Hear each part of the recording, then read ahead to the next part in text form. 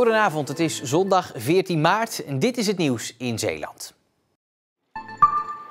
In het kader van het klimaatalarm liet Marty Viret uit Terneuzen vandaag zijn benen spreken om zijn zorgen te uiten over het klimaat. Ik woon 10 kilometer van mijn werk af en ik pak altijd mijn fiets naar het werk. Gewoon een groene gedachte eigenlijk, het is gezond voor mijn lichaam. Nou ja, je laat je auto staan, dus die 10 kilometer die trap ik gewoon op een dag wel weg. Hij fietste zo'n 250 kilometer door Zeeuws-Vlaanderen.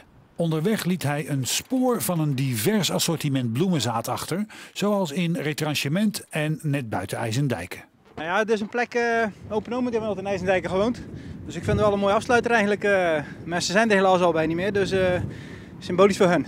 Daarna werd hij als een held onthaald in Hoek door een 20-tal klimaatalarmisten die daar actie voerden.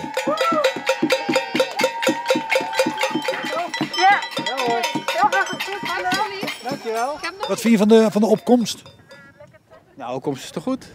Ja, ik vind dat wel redelijk wel mensen, dus dat is een goed teken. Ze gaan straks nog een beetje lawaai maken. Laat jij dat aan je voorbij gaan of omdat je je benen hebt laten spreken? Ik heb mijn been laten spreken, ik ga wel zo staan.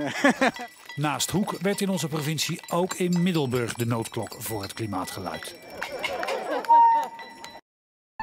Kijk, alsjeblieft, jullie gerechtje en het kaartje weer terug. Ja, dankjewel. Alsjeblieft, eet smakelijk. Dankjewel.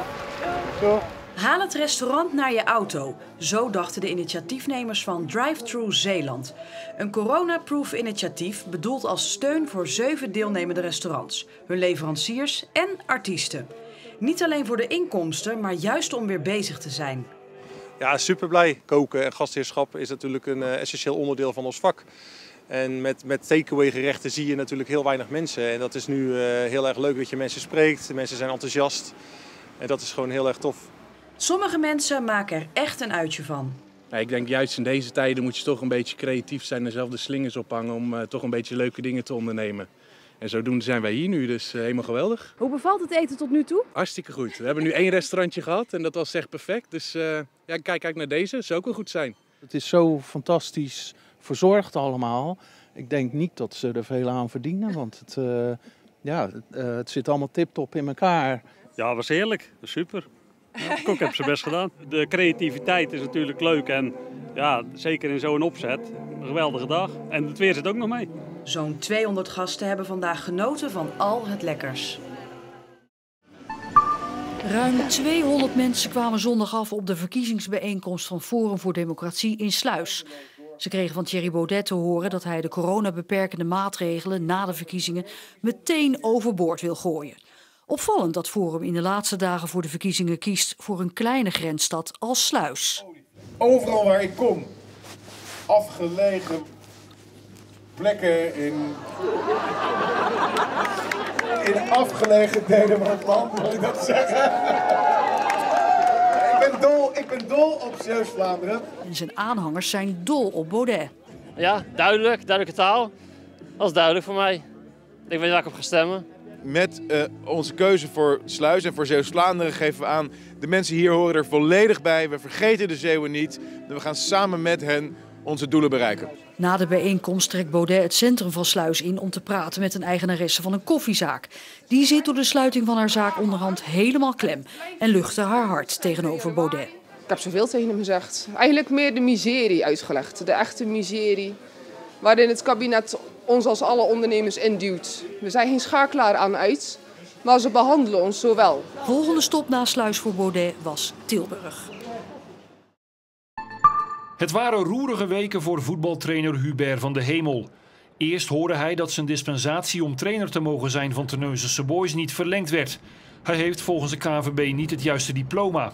Al snel daarna tekent hij bij buurman Terneuzen. Terneuzen kwam alsmaar bij mij toen het niet uitkwam eigenlijk. Dan zat ik of net een jaar bij een club of ik had alweer getekend of ja, het was alsmaar net niet. En ja, het moest er een keer van komen natuurlijk dat we elkaar wel gingen treffen. En ja, dit gaat het moment zijn.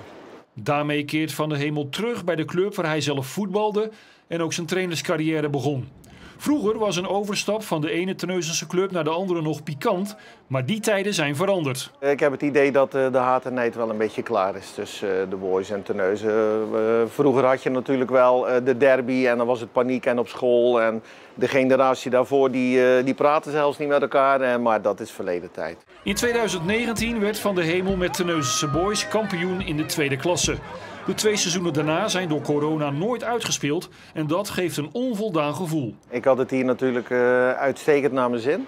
Een mooie club en een mooie groep jonge spelers. En ja, dan had ik nog wel eens graag een jaartje in de eerste klas willen draaien. En ja, wat we daarnet ook al zeiden, het eerste jaar was gewoon natuurlijk heel slecht. En dan hadden we er ook wel uitgevlogen. Ja, het afgelopen jaar waren we goed begonnen. En hadden we er zelf ook een goed gevoel over. Al is dat natuurlijk nog geen garantie voor de rest van de competitie. We waren nog maar 3 wedstrijden ver, maar ja, het zag er goed uit. Dennis de Nooijer vervangt volgend seizoen Van de Hemel bij Terneuzense boys. We kregen op deze zondag redelijk droog weer en er was ook sprake van mooi weerwolken, waarbij de zon regelmatig tevoorschijn kwam, zoals hier bij de Oosterschelde. Af en toe kwam er ook even wat meer bewolking en dan overheerste die ook. Vanavond en vannacht zien we een activiteit van neerslag die het beeld gaat bepalen. Met een actieve storing die vannacht over ons heen trekt met regen of regenbuien, waarbij er ook kans is op een klap onweer. Morgen is dit weer voorbij en bevinden we ons weer in de opklaringen. Dus de zon die komt ook morgen regelmatig tevoorschijn. Af en toe komt er nog een enkel buitje. En de temperaturen komen te liggen rond 9 graden bij een vrij krachtige noordwestenwind. Ook de dagen hierna hebben we te maken met een wind die uit het noordwesten tot noordoosten komt. En daarmee wordt onstabiele lucht aangevoerd en dat betekent dat er elke dag wel kans is op enkele buien. Maar de zon die komt ook geregeld tevoorschijn. Pas aan het einde van de week richting vrijdag en het weekend wordt het allemaal wat droger. Er wordt dan echter ook koudere lucht aangevoerd, zodat de temperaturen overdag gaan liggen rond 6 à 7 graden. Tot zover het nieuws en het weer van deze zondag. Ik wens u nog een hele fijne avond en tot morgen.